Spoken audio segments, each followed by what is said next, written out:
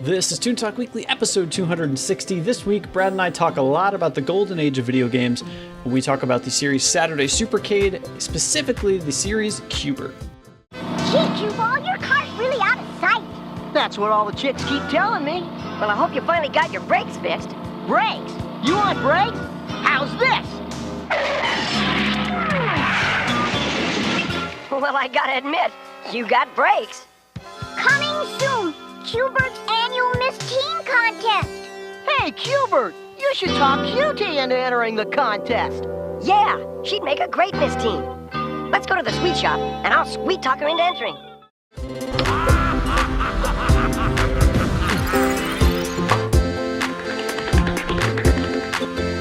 Fire on! The day just keeps getting better. Boy.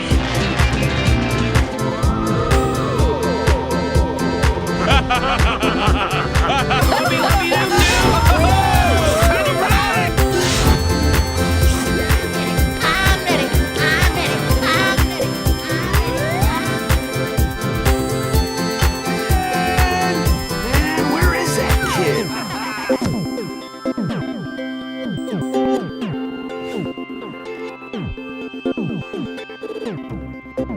Hey everyone, welcome back to Toon Talk Weekly. This is the weekly cartoon podcast where we talk about a different cartoon each and every week. I'm Jake Williams, but I got my buddy Brad Chmielewski here to chat cartoons. What's up, man? Hey, how's it going? It's going well, dude. Feeling like a true Saturday morning. Watching some Saturday morning cartoons this week. I know, yeah, we are recording this on a Saturday, so yeah, it's legit. You knew exactly what to do. And, I woke up, I should have had cereal. Mm-hmm. Had the true experience. I had donuts because I'm an adult and I can go buy those. I'm an adult. I had donuts for breakfast. But I was also an adult because I was mad that they didn't have the donut I wanted, so I had to get a different one. So it's like, whatever. That's what it's like being an adult. You threw a fit there. Yeah, cried on the ground. Threw my money everywhere. What's up, everybody? Welcome into the show. Each and every week, Brad and I, for the last 260 weeks, have been talking about a brand new cartoon. Brand new or different, depending on how you want to look at it. This week's show comes to us from Brad. Brad actually started suggesting a ton of things in our work Slack channels and was just like, how about this? How about this? How about this? And I think I picked one, and then you're like, yeah, but this Q Berg show, man. So right. what led you to pick this Q Berg? Where did you find this, dude? So currently I am reading the Super Mario book or the Nintendo book about like the rise of Nintendo. A lot of it you've probably heard in many of videos, YouTube videos, podcasts, just like whatever, the rise of it. I think I'm at the moment about halfway through, and they are just getting into like the Super Nintendo got released and their battle with Sega, basically, kind of where I'm at right now. But is this game over, How Nintendo Conquered the World? I think so, yes. Okay, I just Googled Nintendo book. Is it like blue? Is the cover blue? That's like blue and purple. This might not be. There's also one called Console Wars that's blue. Oh, maybe this is what you're reading. That's blue with like some controllers on it. This is called Sega, Nintendo, and the Battle That Defined a Generation. No, I should have grabbed it out of... Dang it. Anyway, I wanted to be able to relate it to people, but anyway. So you were reading this book. It just might be. I think it's actually the one, the Super Mario. There you go. How Super Nintendo. Mario. How Nintendo. Yeah. Conquered America. I look like a real adult reading this book on the airplane. With your little bowl of, your little tiny box of Frosted Flakes, like you brought your individual. Yeah. So I'm reading that book. They're, just at the Super Nintendo, Sega released that and all that. But they talk about like the marketing power of Nintendo in those early days. They could kind of do no wrong. And they were talking about the Super Mario cartoon, which we've watched. But then there's also another Super Mario cartoon that we didn't watch. We watched the first version of it. There's one later that didn't involve the live action stuff. Oh, okay. That I think takes place more in like the Super Mario 3 world versus the other stuff. But anyway, then they were talking about the other cartoons that were on around this time, and they mentioned the Q Berg show that we're going to watch. They talked about the Zelda show. They talked about what else did I throw in that Slack channel? There's Captain N, the Game Master's another one. Right, which I've never seen that. Mm-hmm. There's just so many other random, I guess, video game shows from around that time, and I hadn't seen very many of them besides the Super Mario. I was like, oh, this Q Bert one seems really funny because they just took Q Bert and were like, you're 50s diners people. Let's go. You're basically Grease, but Q Bert. Yeah. Yeah, it's kind of interesting. So let's get into a little bit of the background when this show came out, kind of like what it's part of, because Q Bert is actually part of a bigger show that was called Saturday Supercade back in the 80s. This was 1983, 1984 is when this ran. So I think we have to start by talking a little bit about what that was so people have an idea, because also this is before I was alive, so I definitely didn't see this show when it was on TV. It was produced for Saturday mornings by Ruby Spears Productions. As we mentioned a few weeks ago, we talked about, I believe, Grape Ape. Ruby Spears was Joe Ruby and Ken Spears, who worked at Hanna-Barbera. Actually, we might have talked about Scooby-Doo. And then they were actually paid to basically start their own production company to give some competition to Hanna-Barbera. 2 seasons, 26 episodes, 97 total segments produced for Saturday Supercade that aired on CBS, again, 1983, 1984. Mm-hmm. So each episode of the show, Saturday Supercade, is composed of several shorter segments that feature video game characters. I think that's where the Supercade, the arcade kind of vibe comes from. And it's all from the golden age of video games, the games you knew and loved or grew up with maybe as a kid if you're about our age, right? Q Bert was one of these shows, but the other shows were Frogger, Donkey Kong Jr., Pitfall, Space Ace, and Kangaroo. The only 2 shows to make it to season 2, the rest of them were swapped out, were Q Bert and Donkey Kong. So kind of interesting that Q Bert of all of these shows lasted until the second season. I think the Frogger one, if I'm remembering correctly in the book, they talk about like he was a Wild West. Like they just basically took these themes and just like tacked them onto people. Well, or maybe it was like a cop or something. I don't know. Remember Pac-Man was like that a little bit? We talked about the Pac-Man show where I think the episode we watched was a Wild West episode. I don't think he was supposed to be a sheriff or something. But it's kind of interesting if you think about it, where games were in the 80s and in terms of like property and the value that they had to an audience, because yes, the games were popular. Us as kids would have to ask our parents to go buy these things. We didn't have the purchasing power to do that. And at the time, consoles and cartridges and stuff, I don't care what Nintendo advertised, that stuff's still expensive. Like a family would have to make that purchasing decision as their entertainment, right? Right. But notice how they have to lump stuff together when they make it into a TV show. They have to literally call something the Supercade, the Saturday Supercade, and look at all the cartoons or video game based cartoons you get, because no one video game at the time, save for Mario and Zelda, I forget the years those shows were out, but when the Mario show was around, the rest of the games were not strong enough properties on their own to be their own show. You just had to blast them into this variety show kind of thing. Right, and even the Mario show, what was Fridays was Zelda. So Zelda wasn't even good enough to be on its own, and yeah, it was not. We've watched it before. Right. Yeah. And you look at the long, storied, rocky history of video game movie adaptations. Even today, you get stuff like the Warcraft movie 2 years ago that, like, I'm a fan of Warcraft, I like that stuff, yet I can admit the movie was not great. It's fun for fans who played the games over the years and to know some of these characters and locations and stuff. But video games in general don't really adapt well to screen. I think the most recent good example I can think of is Castlevania. That show was great. And it was only 4 episodes, and they're ordering more. So hopefully it doesn't turn into anything else. But, like, there's a weird thing, and it happens here too. It bugs me a lot, and it happens in this Q Bert episode, about when video games go to like a TV show or movie, and that is that at some point in the episode or the movie, something from the game has to happen. Like a game mechanic thing has to be like justified for a situation. Right. In the case of like Mario, it would be like I gotta run away. Hey, there's a mushroom. I can get jump higher, and like I'm bigger now.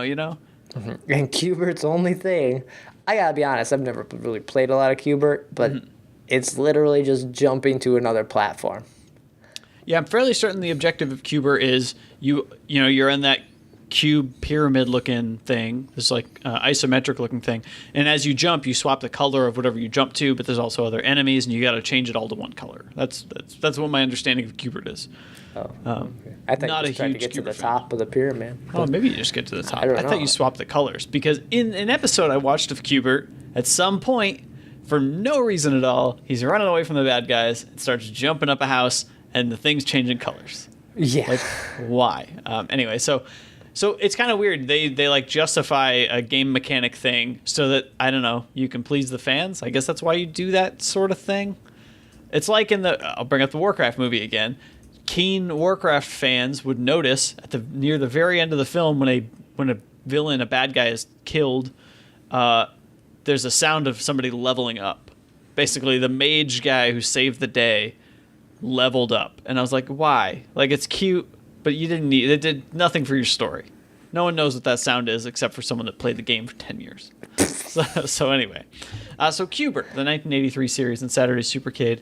It's set in a 1950s inspired world in the town of Q Berg.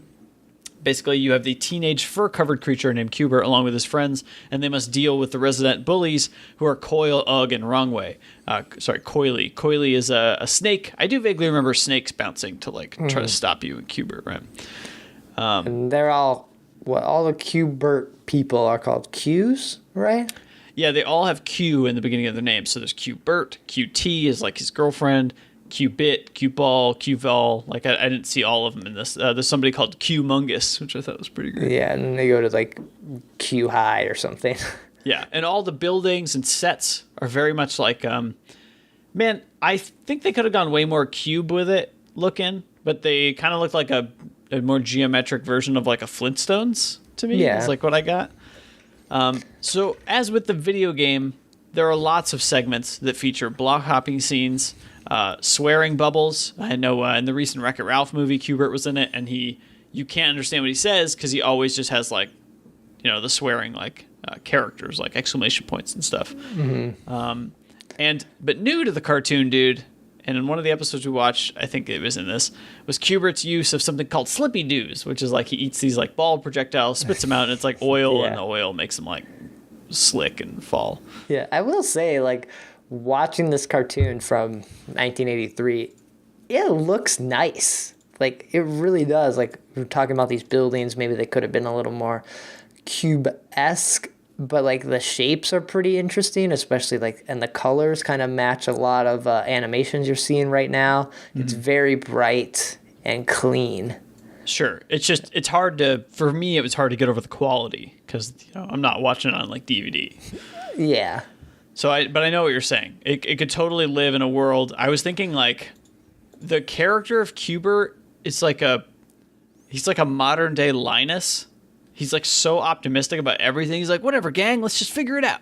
And the episode I watched, titled The Great Cutie Contest, he wasn't even the focal point of the episode, and he's still like, oh man, let's do this. It's great. Yeah, that happened to be the one I watched too. Mm-hmm. But yeah, he was just always cheering on Cutie. Yeah. His girlfriend win this contest. So we should talk about this episode of Q Bert. The other episode I didn't get to, but I found was a Thanksgiving episode, and I wanted to be like, Q Bert, man, you're picking the wrong holidays to capitalize on if you want to get in the public consciousness here. Yeah, you got to have a Christmas special, Q Bert. Where's your Halloween special? Where's your Christmas special? That's actually, those are the two, I think. So this episode we both watched called The Great QT Contest. We'll kind of talk through this. Basically, the very beginning of the episode, we find out that there is a contest going on for like Miss Teen Q Berg or something, and you sign up, and it's essentially a local beauty pageant, right? But I think it's the high school, like, teen version. Right. Yeah, and there's a great scene, dude, where Q Bert is like, well, obviously I'm not going to do it, but like Cutie would be perfect for this. So he brings it to Cutie, starts telling her all about it. All you got to do is sign this form. And I think someone else snatches the form from him, and he just has another one. He's like the Bag and Sag and Barry of cartoon characters. Like, he's just got another form. I grabbed 6. It's fine. These can be stolen. Yeah. I was worried that we might spill a milkshake on it, so I had to get another one.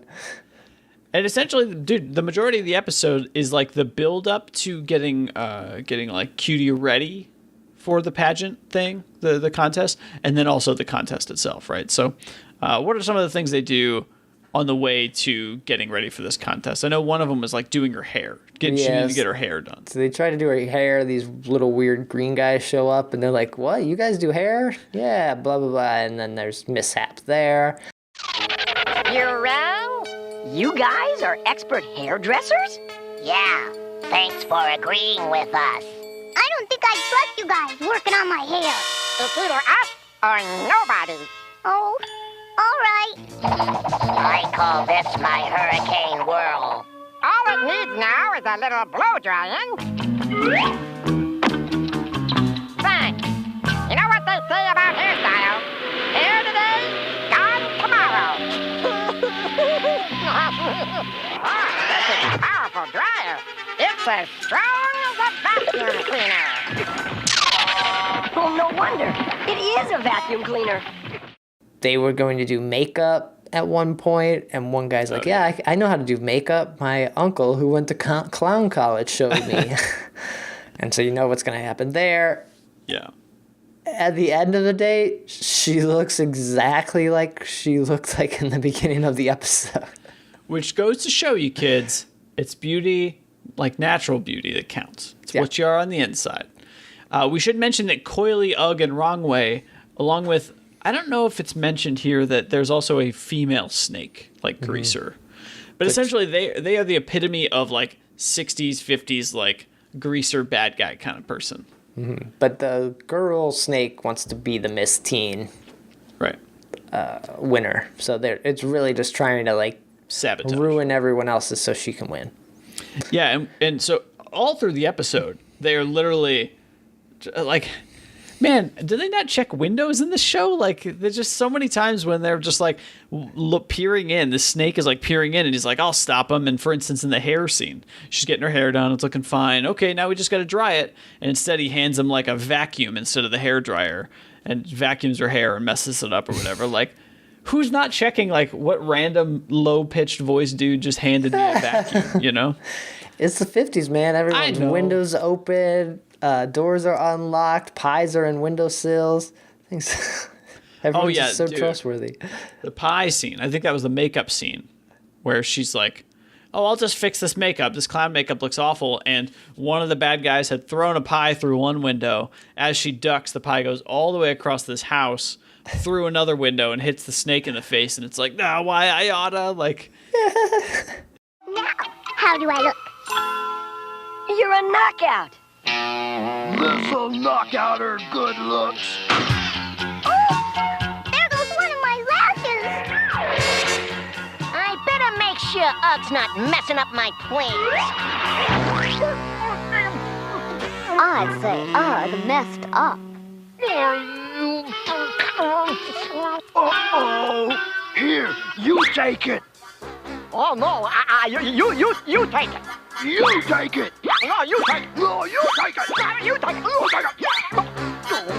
You take it. There is a weird, interesting feeling to the show that is very familiar, that makes it like, I don't know why, like I had a really good time with this show, but also Q Bert means nothing to me. The fact that he's a video game guy, right, like means nothing. Yeah, it's basically like you could equate it to like the Smurfs world. Like, I'm forgetting off the top of my head like what time Smurfs ran. It might have been after this, but because everything is named Q Berg, Cutie, Q Bert, Q this, Q ball. It's like, oh yeah, this is just the Smurfs, but with a Q Bert twist. Right. So, I mean, overall, man, like obviously they end up having the contest. And there are multiple portions of this contest, right? There's like there's a bikini contest. There's a talent show. The cook-off. Where I love that in the cook-off scene, she's baking like a cake. And like, you know what? We're just going to throw this bubble gum in here. And they just throw the bubblegum box into an oven. But the oven just says cake box. Yeah. Like, it's not even an oven. It's just it's a cardboard box that bakes cakes. Yeah. I gotta say too, the Greaser bad guys have the largest supply of oil and glue available for their pranks. Did you see that at one point they had a prank where they had an inflatable bikini or swimsuit that they put on Cutie, and it has a remote that blows it up. That remote is made by Acme. I saw that it said Acme. It wasn't even designed, dude. Like all the stuff was like scribbled. But I was like, so Acme is clearly not at least at this point, was not a patented thing. It was just a general across-the-board cartoon company that makes gadgets that you would believe in cartoon. Yeah, they made everything for cartoon gadgets. They had a monopoly on this bad guy industry. Yeah. I know we're already at the near the end of the episode here. However, I wanted to bring up one scene, and I'll throw this in here for you guys, that made me laugh my ass off. Like, I couldn't believe it. Like, at the very beginning, Cutie is like trying to jump rope, but she can't quite do it. So Q Bert's like, you know what? I'll show you how to jump rope. And as he starts, Coily decides, I'm going to pour this oil and make it all slick. Q Bert slides 6 miles down the street, like out of the house, down a huge hill. They're in San Francisco now, apparently, clocking into a street sign or something. But just the amount of time. Like all of your, dude, do you want your favorite cartoon sound effects of all time? Your slippery feet, your quick runs, your like screams. It's all in this show. It's all there. Hand me the oil. It's time to make things slippery for Q-Bert and Cutie. Yeah, it's time to make things real slippery, slippery. I just can't do it. Hey, don't worry. Old Q-Bert will show you how it's done. It's a simple matter of close hand and feet coordination. Look. Hey, watch out.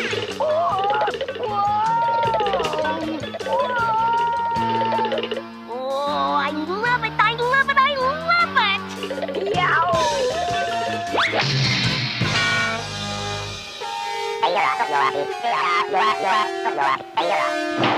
it. But yeah, the sort of like inflatable swimsuit is the very end of the episode here, the end of the talent show where this is his last ditch effort, Coily here, to get Cutie to lose. And she starts floating off, so Q Bert has to go rescue her. And this is where you get the block hopping scene and the slippy doos. Mm-hmm. They're jumping up these houses, trying to get to her to save her. At the same time, Q Bert's like shooting slippy doos back to like try to get them to slip and fall, basically. And just like you mentioned, Brad, once they save the day, because he gets up to her and they float back down, nothing has changed. She just has a different bathing suit ready to go, gets in line, and is announced the winner. Yeah, like, come on. This chick shows up here at the end in front of, like, I don't know, it's at least a dozen other Q people. Yeah. She got a 0 on her baked goods. I think her talent went okay. She left the swim dance kind of thing. Yeah, she left for the swimsuit part, and she won. Like what? They are really like trivializing the rest of the contestants in this show. I don't know what's going on here. Yeah, how bad were they? Or like, right. How bad were their cakes and everything? The show also, you guys should check it out, has a great intro soundtrack. Again, doesn't matter that it's Q Bert, but it's like so happy summer fun time that it's an earworm. Like of course now I don't remember any of the words, but I just remember thinking like, I feel like I've heard this and I've definitely never seen this show before. Yeah. So Q Bert, it's weird, man. It's really fun. I kind of really dug it. And also it doesn't make any sense that it was just like, yeah, put him in the 50s. I don't know. It's I agree. I kind of really liked the show for how stupid it is. And like, it is beyond predictable. Like, you knew she was going to win from the start of the episode, but it's still fun. Yeah. So as far as Saturday Supercade goes, I should have just planned a month and been like, every day this month or every week this month, we're going to do Saturday Supercade. Well, technically this will be out beginning of July, so maybe that's what we're doing. Yeah, there you go. So next week, Frogger, maybe, who knows? Yeah. So there are a few episodes online. I also believe there are some box sets. I couldn't find any of these Saturday Supercade episodes streaming on like Amazon or anything like that. But people post these things all over the place. If they're old enough, you can go find them. If you want to relive some moments, if you are younger and you don't remember what Q Bert is, do yourself some education and go check it out. I'm just kidding. We don't care about Q Bert either. There are plenty of other great games you should know about. But kind of interesting they lumped everything together. I'm actually shocked that these days there aren't more cartoon stuff based on games. A lot of Well, what would cartoon you stuff have? is- What are you gonna have Yeah. a Fortnite cartoon get produced now? By the time a probably. cartoon gets produced, the culture is like already over that game. I bet there's a Fortnite cartoon in the works. Now that you mention it, wasn't there? I think there was a Minecraft show. But yeah, there's not anything because now there's so much media, right? There's so many. Let's say just games in particular. There's so many games. It's very hard for you to pick something and make a brand new thing about it unless you do like you could do a reboot of a Mario show now and it'd probably be fine. But at the same time, you know, a company like Nintendo, super protective of what they do with their IPs these days, especially their most loved characters of all time. So Right. I don't know what you would do. But yeah, probably Fortnite's it. Well, there's But that the- new Sonic cartoon that we watched, Oh, the true. Sonic Mania. It's technically based on, yeah, I was going to do that show. I think we're going to do that show eventually, but they're releasing them in like 3-minute chunks, so there's not much to talk about. I was just thinking, too, it's kind of interesting the way that people encounter things and where they think it originated from. So for me, Teenage Mutant Ninja Turtles was a video game first. And then I was like, oh, cool, there's a show. But I think it was a comic first, really, right? Comic first, yeah. So it's kind of interesting that like I think of Teenage Mutant Ninja Turtles as a video game thing. But there Yeah. are probably people that think of it as a cartoon thing. That's true. So kind of interesting how all this stuff rolls over into cartoons and then we talk about it here on the show. So anyway, let's get out of here. Go check out Q Berg. I think we both had a good time with it. If you're looking for like, look, the shows are super predictable, just like Brad mentioned, but there's a weird familiar feeling to the show that's kind of neat, very reminiscent of this like old Saturday agree, morning yeah. era. So definitely worth checking out. Brad, where can people find out more about you when you're not recording Toon Talk Weekly? So you can follow me on Twitter. It's @brad, and then my blog is digitalhitchhiker.com. Guys, go check them out over there. You can follow me on Twitter @JacobWilliams. And of course, we're all over the place as Toon Talk Weekly on Facebook, Twitter, Instagram, and Google+. We're at Toon Talk Weekly. You can find us over there. ToonTalkWeekly@gmail.com, the place to email us. Let us know what you think of the show, this episode, or any other episode on our website. And finally, that website is ToonTalkWeekly.com. All the episodes up to this point are over there. So go back. Pretty much no discussion is like out of date because we're watching things that are out of date. Yeah. So all still relevant, all still pretty fun. You can check those out at ToonTalkWeekly.com. So that's going to do it for this week's episode 260. We're on the back part of 250 now, right? We're barreling towards, like 300 feels close, but 300 is also next year. Yeah, it's So still, it's yeah, kind quite a of few funny. weeks away. Right. So that's going to do it for this week's episode. We'll be back next week with another cartoon. Take care.